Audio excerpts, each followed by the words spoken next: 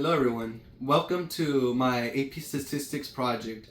Today I will be going to talk about the topic that connects both health science and statistics.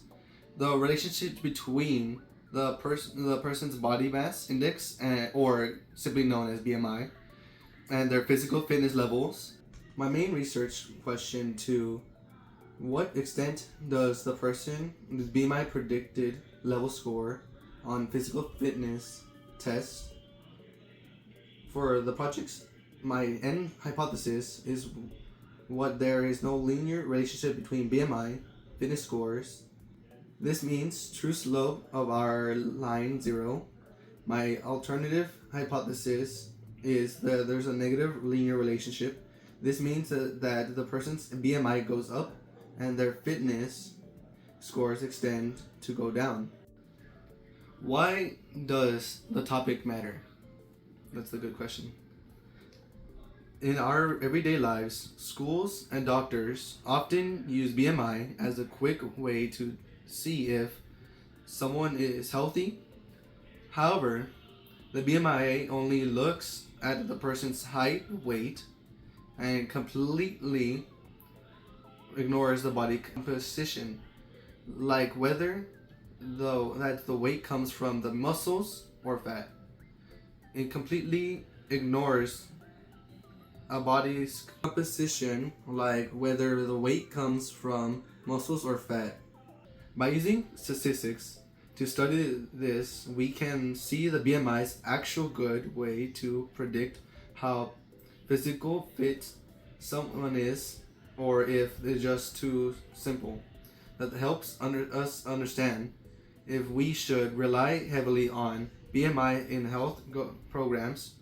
To find out, I collected data from a simple random sample of 35 members of my family.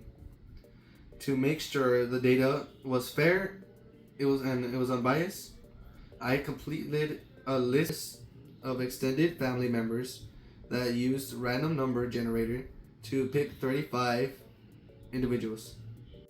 For many variables, the explanatory variable X is the family's members' BMI. This calculated using their height, weight. The response variable Y is their fitness scores. This score goes from 1 to 100 and comes from standardized physical fitness tests. I had them perform. Everything was kept completely anonymous, so many family felt comfortable participating. Now, let's look at the data.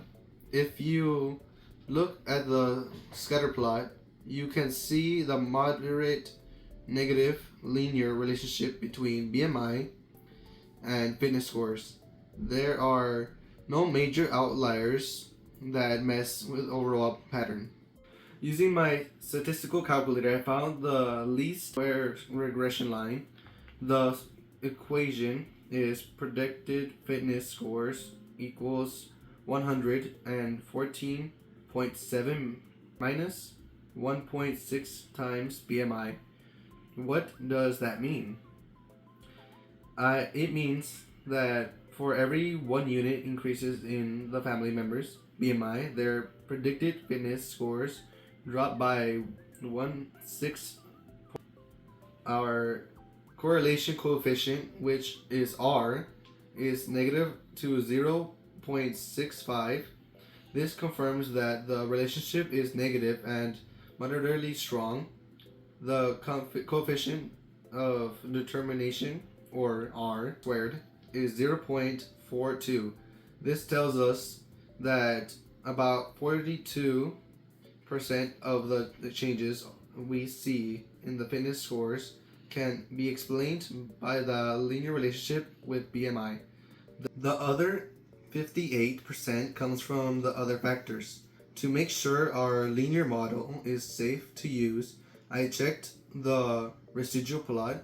As you can see, the points are scattered randomly above and below the center line.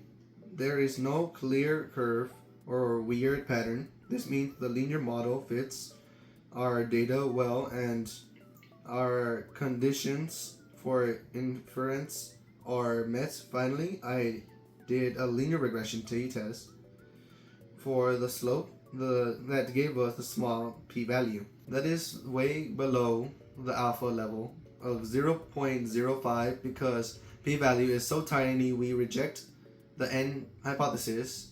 We have strong statistical proof that the negative linear relationship really does exist between BMI and the fitness score within the family. In conclusion, our studies show that higher BMI scores generally link to lower fitness scores. However, we must look at fewer limitations. First, family members reported their own height and weight, and people sometimes overestimated their height or underestimated their weight. Second, muscle mass is a major confusing variable.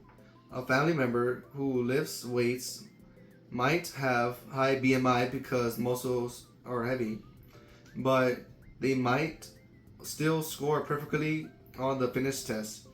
For future research, it would be to do the study again using exact medical measurements instead of the self-reported data that I did. It would also help my family to ask how many hours of week spent working out. That way, we could see the difference between body fat and pure athletic muscles. Thank you so much for listening to my presentation. Please let me know any questions that you may need to ask me.